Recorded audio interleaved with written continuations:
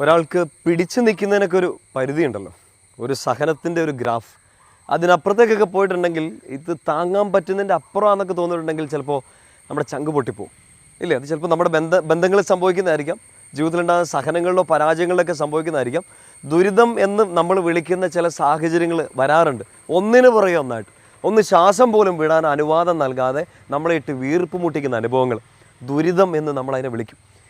ഒരു പരിധി ഉണ്ടല്ലോ, നമുക്ക് എല്ലാവർക്കും ഒരു കപ്പാസിറ്റി ഉണ്ട് ഈ സഹനത്തേക്ക് അതിജീവിക്കാൻ വേണ്ടി. അതിപ്പോൾ ഒരു പരാജയമായാലും സങ്കടമായാലും ഒരു തിക്താനുഭവം ആയാലും മുറിവായാലും ഒരു പരിധിയുണ്ട്. പക്ഷേ അത് അപ്പുറത്തേക്ക് വരുമ്പോഴത്തേനും നമ്മൾ എന്നാ ചെയ്യും? പ്രിയപ്പെട്ട സഹോദരങ്ങളെ, നമ്മുടെ സങ്കീർത്തനം 116 വളരെ സുന്ദരമായൊരു സങ്കീർത്തനമാണ്, കൃതജ്ഞതയുടെ സങ്കീർത്തനമാണ്. സങ്കടത്തിൽ നിന്നുകൊണ്ട് ഒരാൾ എൻ്റെ കർത്താവിൻ്റെ പ്രാർത്ഥന കേട്ടോളും എന്ന കോൺഫിഡൻസിൽ പാടി പ്രാർത്ഥിക്കുന്ന സങ്കീർത്തനമാണ് 116. ഈ 116 സങ്കീർത്തനത്തിൻ്റെ 10ാമത്തെ വാക്യം വലിയൊരു ഉണർത്തുപാട്ടാണ്. നമ്മളവിടെ ഇങ്ങനെ വായിക്കും: ഞാൻ കൊടിയ ദുരിതത്തിൽ അകപ്പെട്ടു എന്ന് കരുതിയപ്പോഴും ഞാൻ എൻ്റെ വിശ്വാസം കാത്തു സൂക്ഷിച്ചു.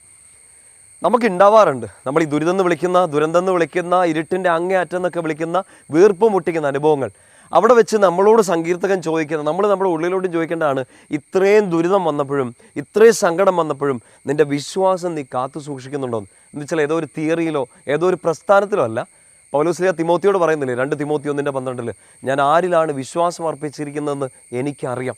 നമുക്കറിയാലോ, ഈ ദുരിതം വന്നാലും ഈ ഇരുട്ട് വന്നാലും ഈ സങ്കടം അതിൻ്റെ മൂർധന്യാവസ്ഥയിൽ വന്ന് ഇനി മുമ്പോട്ടൊരു സ്റ്റെപ്പ് പോലും വെക്കാൻ പറ്റില്ല എന്നൊരു ഇരുട്ടിൻ്റെ അങ്ങേയറ്റം വന്നാലും കൈവിടാത്ത പ്രകാശമായിട്ടുള്ള ഈശോ ഇവിടെ ഉണ്ടെന്ന് നമുക്കറിയാമല്ലോ. പൗലോസിലെ പറയാണ്, ഞാൻ ആരിലാണ് വിശ്വാസം അർപ്പിച്ചിരിക്കുന്നതെന്ന് എനിക്കറിയാം. 116:10 സങ്കീർത്തനത്തിൽ നമ്മളിങ്ങനെ വായിക്കും, ഇത്രയും ദുരിതം വന്നപ്പോഴും ഞാൻ ഇതിനകത്ത് പെട്ടുപോയപ്പോഴും ഞാൻ എൻ്റെ വിശ്വാസം കാത്തു സൂക്ഷിച്ചു. രണ്ടും കൂടെ ചേർത്ത് വായിക്കുമ്പോൾ ഉള്ളിലോട്ട് നിറയേണ്ടതാണ്, എത്ര കൊടിയ ദുരിതം വന്നാലും നിനക്ക് നിൻ്റെ ഈശോയിൽ നീ വിശ്വാസം അർപ്പിച്ചിരിക്കുന്ന കർത്താവിലുള്ള പിടി വിടാണ്ടിരിക്കാൻ പറ്റും. കത്തോലിക്ക സഭയുടെ മതബോധന ഗ്രന്ഥത്തിൽ 185ാമത്തെ പാരഗ്രാഫ് വളരെ സുന്ദരമായിട്ട് പറയുന്നൊരു കാര്യമാണ് വിശ്വാസത്തെക്കുറിച്ച്. ഞാൻ വിശ്വസിക്കുക എന്നാൽ ഞാൻ വിശ്വസിക്കുന്നതിനെ മുറുകെ പിടിക്കുക എന്നാണ്. I believe mean I hold on to what I believe. ഞാൻ വിശ്വസിക്കുന്നതിനെ ഞാൻ മുറുകെ പിടിക്കും. ഈശോയിൽ വിശ്വസിക്കുന്ന നമ്മൾ പറയാറുണ്ട് അല്ലേ. ഈ സങ്കടം വരുമ്പോഴും നമ്മുടെ ഉള്ളിലോട്ട് അത് മറ്റൊരു രീതിയിൽ അങ്ങ് കയറണം. ഞാൻ ഈശോയെ ഈ ദുരിതത്തിൽ, ഈ ഇരുട്ടിൽ, ഈ പരാജയത്തിൽ വിശ്വസിക്കുന്നു പറഞ്ഞാൽ, ഈ ഇരുട്ടിൽ, ഈ സങ്കടത്തിൽ, ഈ ഒറ്റ പ്രതീക്ഷയില്ലാത്തൊരു സമയത്ത് ഞാൻ എൻ്റെ ഈശോയെ മുറുകെ പിടിക്കുന്നു എന്നാണ്. ഇപ്പോൾ പരാജയപ്പെട്ട് നിൽക്കുകയായിരിക്കും, ഇപ്പോൾ സങ്കടപ്പെട്ട് നിൽക്കുകയായിരിക്കും, പക്ഷേ വിശ്വാസം ഉണ്ടെന്ന് നമ്മൾ പറയുമ്പോൾ ഓർക്കണം, പിടിച്ചേക്കുന്ന കർത്താവിനെയാണ്, അവൻ കൈവിടത്തുമില്ല. അത് കളയരുത് ആ വിശ്വാസം. യോഹന്നാൻ സ്ലീഹ ബ്യൂട്ടിഫുള്ളായിട്ട് പറയുന്നുണ്ട് അദ്ദേഹത്തിൻ്റെ 1-ാമത്തെ ലേഖനം 5-ാമത്തെ അധ്യായം 5-ാമത്തെ വാക്യത്തിൽ, ഈശോ ദൈവപുത്രനാണെന്ന് വിശ്വസിക്കുന്നവനല്ലാതെ മറ്റാർക്കാണ് ഈ ലോകത്തെ ജയിക്കാൻ പറ്റുന്നത്? ഈ ലോകത്തെ നമുക്ക് ഇരുട്ടായിട്ട് കാണാം, പരാജയങ്ങളായിട്ട് കാണാം, അടുത്ത മുമ്പിലുള്ള വെല്ലുവിളിയായിട്ട് കാണാം, ആളുകളുടെ കളിയാക്കലുകളായിട്ട് കാണാം.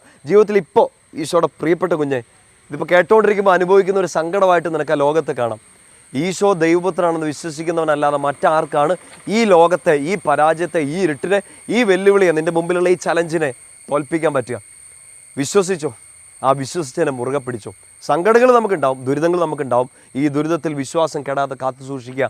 ആരിലാണ് വിശ്വാസം അർപ്പിച്ചിരിക്കുന്നത് ഓർക്കുക. ആ വിശ്വാസം അർപ്പിച്ച് കൈപിടിച്ചവൻ നിൻ്റെ കൈ വിടത്തില്ലെന്നും കൂടെ ഓർത്തോളുക. എന്നിട്ട് മുമ്പോട്ട് തന്നെ പോവുക. നമുക്ക് പ്രത്യാശിക്കാൻ, നമുക്ക് മുറുകെ പിടിക്കാൻ ഈശോയുണ്ട്. ആ ഈശോയെ വിട്ട് കളഞ്ഞേക്കരുത്. നമുക്ക് മുമ്പോട്ട് പോകാം, നമ്മൾ ജയിക്കും, നമ്മളെ ജയിക്കുകയുള്ളൂ. കാരണം ജയാളിയായ കർത്താവാണ് കൂടെയുള്ളത്. ഈശോ അനുഗ്രഹിക്കട്ടെ. പിതാവിൻ്റെയും പുത്രൻ്റെയും പരിശുദ്ധാത്മാവിൻ്റെയും നാമത്തിൽ ആമേൻ.